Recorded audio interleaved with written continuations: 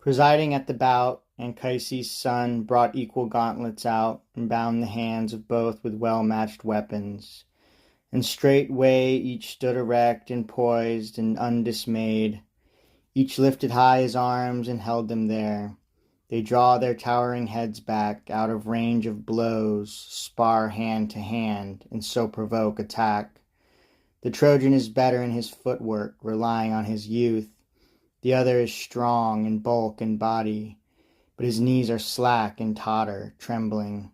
His tremendous limbs are racked by his sick gasping. Without sure result they let loose many blows. They pound each other's hollow flanks again, again, and heavy thuds re-echo from their chests. The quick hands play about their temples, ears, their jawbones rattle under solid strokes.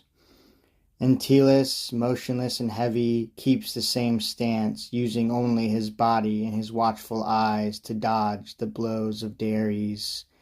The other, just as one who drives against a towering city with siege works, or camps with arms beneath a mountain fortress, scans now this approach, now that, explores the ground with skill and tries in vain shifting attacks.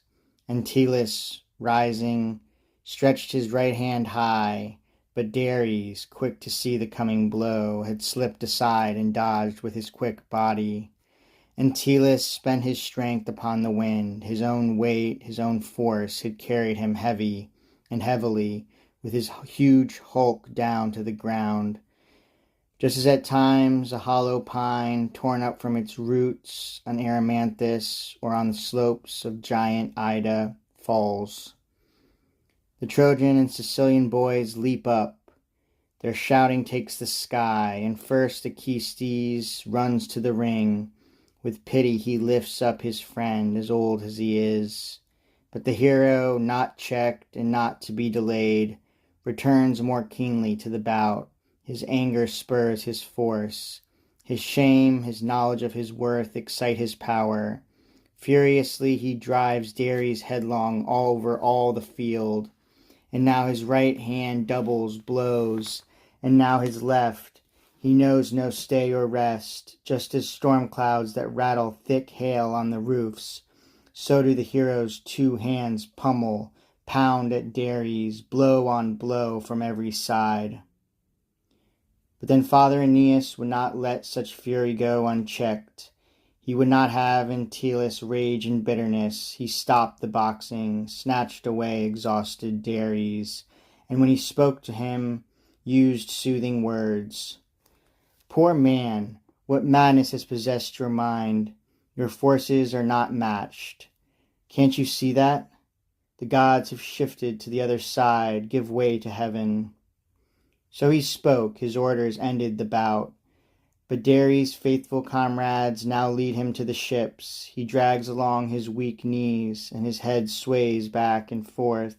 He spits thick gore out of his mouth, and teeth that mingle with his blood. And his companions are called to take the helmet and the sword. They leave the palm and bulwark for Antyllus. At this the victor, high in heart and proud to win the bull, cries out, You, goddess-born, and you, the Trojans, learn what strength was once in my young body, and from what a death you have just rescued and recalled your Dares. He spoke, and then he faced the contest prize, the bullock standing nearby. Drawing back his right hand, straight between the towering horns, he planted his tough gauntlets, and he smashed the bones, dashed in the brains. The ox is flat. It trembles, lifeless, on the ground. Antyllus, above the ox, pours these words from his breast. O Eryx, unto you I offer up this better life instead of Dares' death. Here, victor, I lay down my gloves, my art.